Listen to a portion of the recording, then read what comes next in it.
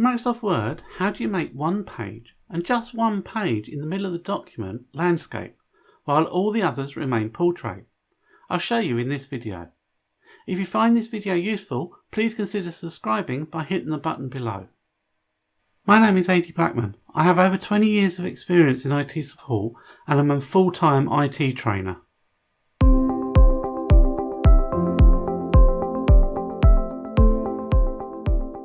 So I have a document here. It's nothing special, just 4 pages long. I've put an image on each page just so we can quickly see where we are in it.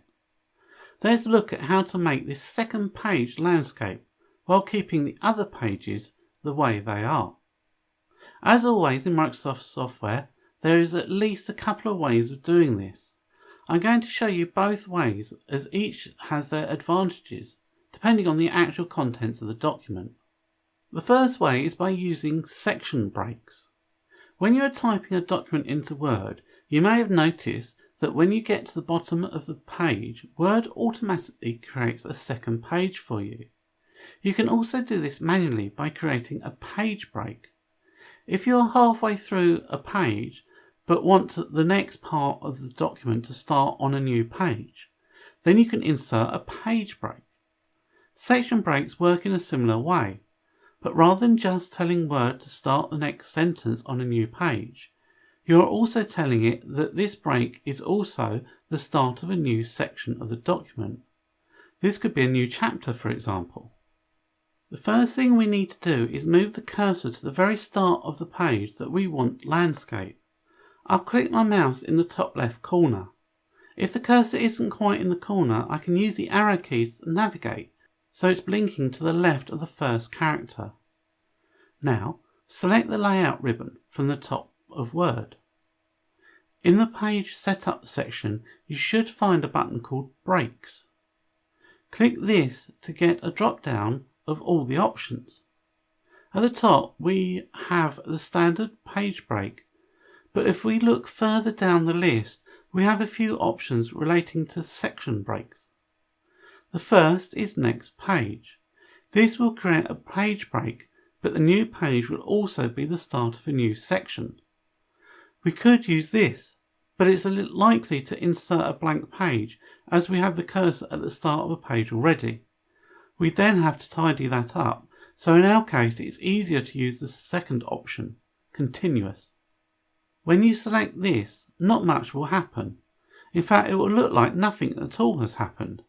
This is quite normal. Word has just flagged the location of the cursor as the starting point of a new section. There isn't any visible indicator of this though. Now we need to do this at the end of the page we want to rotate. If we don't, then when we rotate, it will rotate all pages from this starting point right through to the end of the document. So let's move to the end of this page too. I'll click in the bottom right and use the arrow keys if needed to get the cursor to the right of the last character on the page. Now I do the same, so from the layout ribbon, click Breaks button, then select Continuous from the Sections Break section. Again, it won't look like we have done anything. It's just flagged this point of the document for us. Now I'm just going to place the cursor somewhere in the middle of the document. Technically you don't need to do this, but wherever the cursor is, that is the section of the document that will be rotated. So I find it best to make sure that I'm in the middle of the section I want to rotate. Now, still on the layout ribbon, click Orientation and select Landscape. And there we go. It's rotated page 2 for me. Let's scroll through the document just to confirm that it has only changed this one page. So that's method 1. Let's have a look at possibly a slightly quicker way of doing this. What if we want a paragraph from an existing page to be placed on its own page, but for this page to be landscape? Well, we could use the method above, but there is a different way. Let's look at page 4 of this document, and I'll highlight some text. Let's imagine that it's this highlighted text that I want to change. With it highlighted, I return to the page setup section on the Layout tab. But click this small pop-out icon in the bottom right corner. you'll see a page setup dialog box open. From here, I can select landscape, but now the important bit with this method. Near the bottom is a drop-down box, Apply To. From here, select Selected Text. Now click OK. We can see that our highlighted text has moved to a new page, which is in landscape mode. If I scroll up, I can see the first part of my original page 4 is still on page 4, and if I scroll down past my newly created landscape page, I can see the rest of my original page 4 still in portrait mode. This second method is also great when dealing with tables and graphs. Let me switch to a different document. This time it's just a single page document at the moment, but I have a table here. It's looking a bit squashed as it's got many columns. This would look better on a page of its own in landscape.